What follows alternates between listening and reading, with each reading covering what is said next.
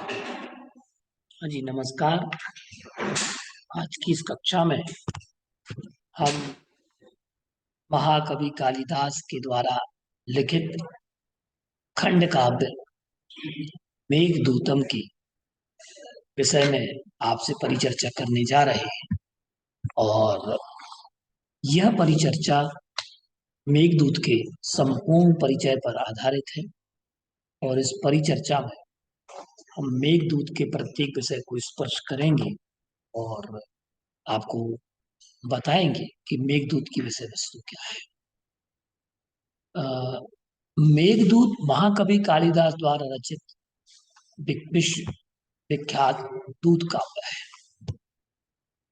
और ये दूत काव्य है, और इसमें जो कि महाकवि कालिदास की प्रौढ़ एवं परिष्कृत कृति है। इसमें कवि की प्रौढ़ कल्पना का चिंतन किया गया है, और प्रौढ़ कल्पना के दर्शन हमें होते हैं। इसमें उदात्त भावना, परिष्कृत शैली एवं कोमल कांत पदावली का सामंजस्य द्रष्टव्य है, दिखाई देता है।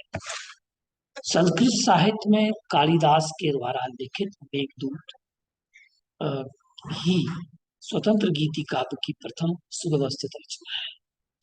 मेघदूत के अनंतर यह परंपरा अद्यावधि अद्यावधि तक चल रही है, आबाद गति से प्रभावित होती चली आ रही है और अक्षुण परंपरा चल रही है। मैकडोनल्ड ने मेघदूत को गीति रत्न और हरियन्ना में महत्तम सर्वश्रेष्ठ गीति काव्यों में से एक बताया है।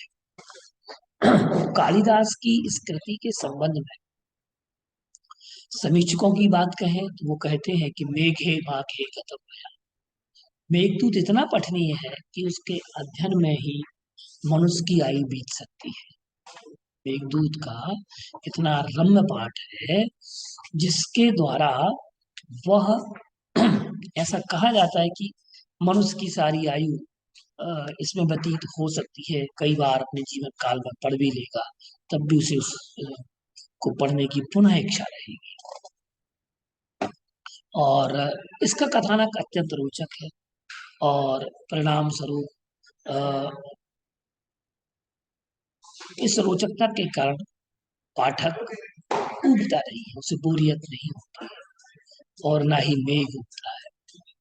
कहा जाता है कि धनपति कुबेर की नगरी अलकापुरी में रहने वाला यक्ष अपने कर्तव्य से च्युत होने पर के कारण कुबेर द्वारा स्थापित हो जाता है। इसका कार्य यह था कि प्रतिदिन 100 पुष्प 100 पुष्प 101 पुष्प ताजे कमल के पुष्प तोड़ करके शिव की उपासना आराधना के लिए मंदिर में उसका पहुंचाना उसका कर्तव्य था। प्रतिदिन के लिए यह कार्य सौंपा गया था, और यह कार्य उसे प्रति उषा काल में करना होता था। परंतु उसकी नवविवाहिता पत्नी के साथ अ, अधिक समय बिताने के कारण वह प्रातः काल जल्दी नहीं उठ पाता था। और हुआ ये कि उन्होंने युक्ति लगाई कि इसका मार्ग क्या है। और उन्होंने अ, सोचा, एक उन्होंने मार्ग निकाला। और क्या हुआ कि एक युक्ति का सहारा लेकर के वह अपने कर्तव्य से हट गया।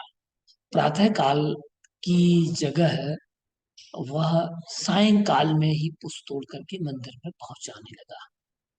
और हुआ ये, और दुर्भाग्य से और ये जो चालाकी थी, ये क्रम कंटिन्यू चलता रहा, चालाकी चलती रही।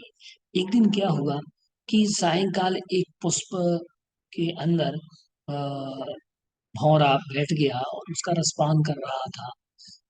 मधुकर मधु का रसपान कर रहा था। तो वो पुष्प बंद हो गया, और प्रातःकाल हुई। जैसे ही वह पूजन करने के लिए आया, तो वो भौरे ने क्या किया कि वह जो भ्रमर था, जो कमल पुष्प के अंदर बंद था, वह काल में बंद हुआ। प्रातःकाल पुष्प अर्पण के समय निकलकर उसने कुबेर को डंक मार दिया। और पता करने पर कुबेर को यक्ष की कर्तव्यच्युति की जानकारी मिली। तो उसने पता लगाया कि इस कर्तव्य की प्रमाद का कारण क्या है, कर्तव्यच्युति का कारण क्या है, कर्तव्य भ्रष्टता का कारण क्या है, ये पता लगाया। तो राजा ने अ, पता लगवाया तो इसका कारण पता चला कि यक्ष की पत्नी के कारण ही यह सब कुछ हुआ है। जो यक्ष की पत्नी है, जिसे नियुक्त किया था, नव विवाहिता है, और उसके लोग मोह के कारण अ, ये यक्ष कर्तव्य से पतित हुआ है, ये उन्हें पता चला। तो यक्ष को एक वर्ष के लिए पत्नी से वियुक्त होकर भारत में किसी स्थान पर विचरण करने का शाप उसने दे दिया। इसी पृष्ठभूमि को लेकर के कालिदास ने मेघदूतम की रचना की। और यह मेघदूत दो भागों में विभक्त है, पूर्व मेघदूत और उत्तर मेघदूत। पूर्व मेघदूत में 63 श्लोक हैं और 63 श्लोक है, तथा उत्तर मेघदूत में 52 श्लोक है। कुल मिलाकर के 115 श्लोकों में यह निबद्ध है। और यह एक खंड काव्य है, जिसे मैकडॉनल्ड ने आधुनिक विद्वानों ने गीति काव्य की संज्ञा दे रखी है। और मेघदूत के श्लोकों की संख्या के विषय में पर्याप्त मतभेद मिलता है। श्लोकों की संख्या 108 से लेकर के 127 तक विभिन्न संस्करणों में मिलती है। बल्लभ देव की टीका के अनुसार 111 पद हैं। वहीं मल्लीनाथ ने अपनी टीका में 121 श्लोक स्वीकार किए हैं, किंतु 6 श्लोकों को प्रक्षिप्त मानते हुए 115 श्लोकों की संख्या को प्रमाणिक माना है।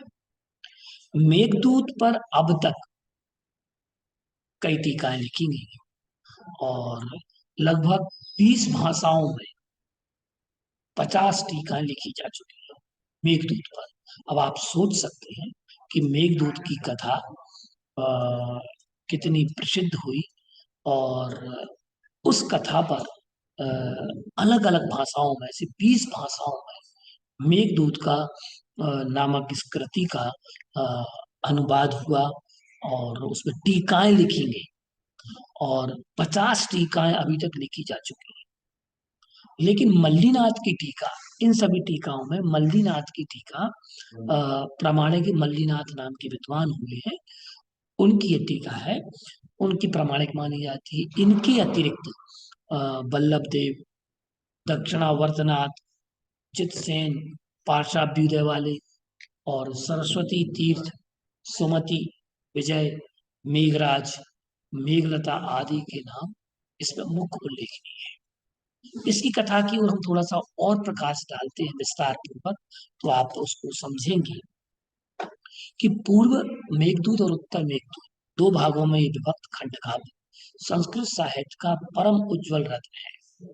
और एक बरही यक्ष की मार्मिक मनोव्यथा के का अभूतपूर्व चित्रण, कि वह अपनी पत्नी से, नवविवाहिता से विलग हो जाता है, तो उसकी व्यथा की कहानी इस मेघदूत में चित्रित की गई है।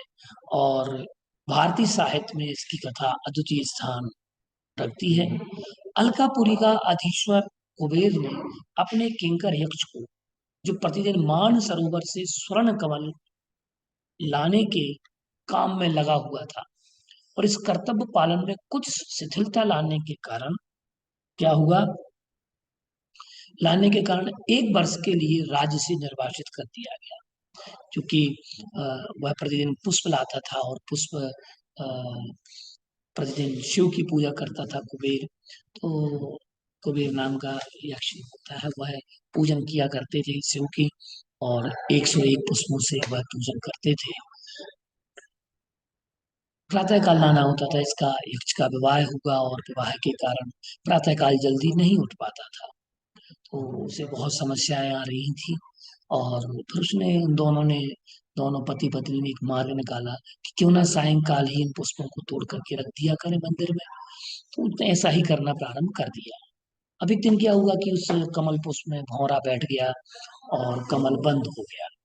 जैसे कमल बंद हुआ, नहीं निकल पाया। सुबह हुई, प्रातःकाल थोड़ा मुख खोला कमल का और भौरा निकला और कुबेर पूजा कर रहा था, तो उसको डंक मार दिया। जब डंक मारा तो इसके बाद पता लगाएगा कि आखिर इसमें भौरा कैसे आया। जब तुरंत के खिले हुए पुष्प अ, तोड़े जाते हैं प्रतिदिन, तो ये भौरा इसमें कैसे आया।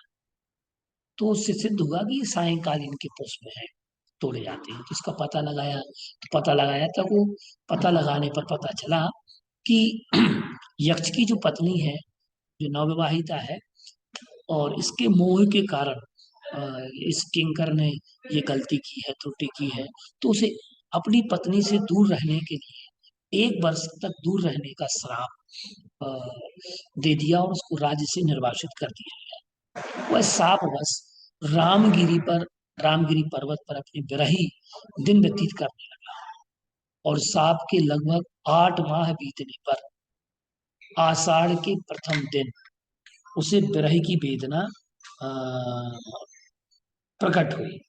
आषाढ़ का प्रथम दिवस था और आषाढ़ के प्रथम दिवस उसे विरह की वेदना प्रकट होती है।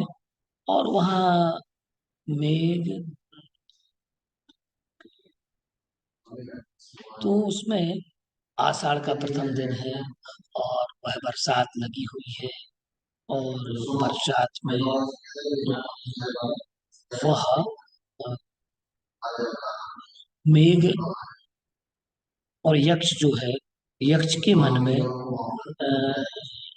ये विचार आया कि मेरी पत्नी का क्या हो रहा होगा। और वह सोचता है, विचार करता है कि चूंकि मेघदूत स्वयं जो है वह आषाढ़स्य प्रथम दिवसे, और उसका वहीं से प्रारंभ होता है मेघदूत का वह श्लोक। तो वह अपनी विरह की वेदना में व्यथित है। और विरह की वेदना में व्यथित होने के कारण वह क्या कर रहा है, चिंतन कर रहा है, सोच रहा है कि अरे, उसे बहुत विरह की जो वेदना थी वह प्रकट हुई। और जागृत होती हुई अपनी प्रिया के बिना व्याकुल है। मेरी पत्नी का भी वियोग, वियोग में यही दशा हो रही होगी। ऐसा विचार यक्ष मेघ को अपना दूत बनाकर कुशल संदेश अपनी प्रियतमा के पास पहुंचाता है, भिजवाता है। मेघ को दूत बना करके अपना संदेश पहुंचाया गया था। इसलिए अ, यह मेघदूत के नाम से प्रसिद्ध हुआ कि मेघदूत के नाम से है जाना गया। कि मेघ को जहाँ दूत बनाया गया वह है मेघदूत। वह मेघ क्या करता है अब, मेघ जो है करता है क्या कि वह ये विचार भी नहीं करता, ये विचार किए बिना कि यह मेघ उसका संदेश ले जाने में समर्थ है अथवा नहीं। वह उसे अलका नगरी तक का मार्ग बताता है और अलग अलग नाम भी अ, गिना देता है कि कौन कौन से शहर पड़ेंगे, कौन कौन से गांव पड़ेंगे। ये सब उस वह मेघदूत है वह कहता है। और कहता है कि अलकापुरी तक तुम्हें जाना है और जाने में विशेष स्थल में तुम्हें माल प्रदेश अर्थात मालवा मिलेगा, आम्रकूट पर्वत मिलेगा, नर्मदा नदी, विदिशा जिसको भीलसा बोलते हैं, नीचई गिरी, निर्बंध्या नदी, उज्जैनी, उज्जैनी में महाकाल का मंदिर, क्षिप्रा नदी, देवगिरी पर्वत, चर्मणवती नदी, और कुरुक्षेत्र, सरस्वती नदी, कनखल नदी, गंगा नदी, हिमालय पर्वत, कैलाश और अलकापुरी। ये पूरे अलकापुरी तक का मार्ग, स्वर्ग तक का मार्ग बताया गया। और उत्तर मेघ में अलकापुरी के भवन तथा यक्ष की पत्नी का विरह दशाओं का वर्णन किया गया है। तो जो विरह दशाएं थी और उन विरह दशाओं का वर्णन इसमें किया गया है। अ, किस प्रकार से वर्णन है, कैसा वर्णन है, तो इसमें जो वर्णन किया गया कि प्रत्येक मेघ का प्रत्येक श्लोक वियोगावस्था का जीता जागता चित्रण उपस्थित करता है। और वह कहा है कि कहता है कि अ, यत्र स्त्रीणाम प्रिय प्रियतम भुजांग भुजालिंगनोच्छ वासितानां मंगलानि सुर तजनिता तंतु जाल जालावलंबा त्वत संरोधाप गमी विस्पैश्चंद्र पादय निशीथे। तो वहां कहा है कि वहां अलका में आधी रात के समय जब तुम बीच में नहीं होते, तब चंद्रमा की निर्मल किरणें झालरों में लटकती हुई चंद्रकांत मणियों पर पड़ती हैं, जिससे वे भी जल बिंदुओं की फुहार चुआने लगती हैं और प्रीतमों के गाढ़ भुजा भुजा के आलिंगन में शिथिल हुई कामनियों के अंगों की रति जनित थकान को मिटाती है। फिर कहते हैं वहां अलका में प्रातः सूर्योदय के समय कामनियों के रात में अभिसार करने का मार्ग चाल की दलक के कारण घुंघराले केशों से सरके हुए मंदार फूलों से, कानों से गिरे हुए सुनहरे कमलों के पत्तेदार पत्तेदार झुमकों से, बालों में गुथे मोतियों के बिखरे हुए जालों से, उरोजों पर लटकने वाले हारों को कूटकर पहचानने लगता है। और वह अलकापुरी में जाता है मेघ, तो वह देखता है कि जो उसका गजरा है, जो वह देता है, तो गजरे के पुष्पों को दहलीज पर वह तोड़ तोड़ करके रखती है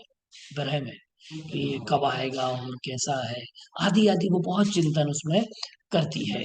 और एक एक दिन काटती हुई तोड़ती है और गिन करके रखती है कि अब एक वर्ष पूरा होने वाला है, अब एक वर्ष पूरा होने वाला है, और मेरा प्रिय आएगा, आदि आदि बहुत सारी चीजें, ये चर्चा उसमें की गई है, उसका स्फोट डला हुआ है।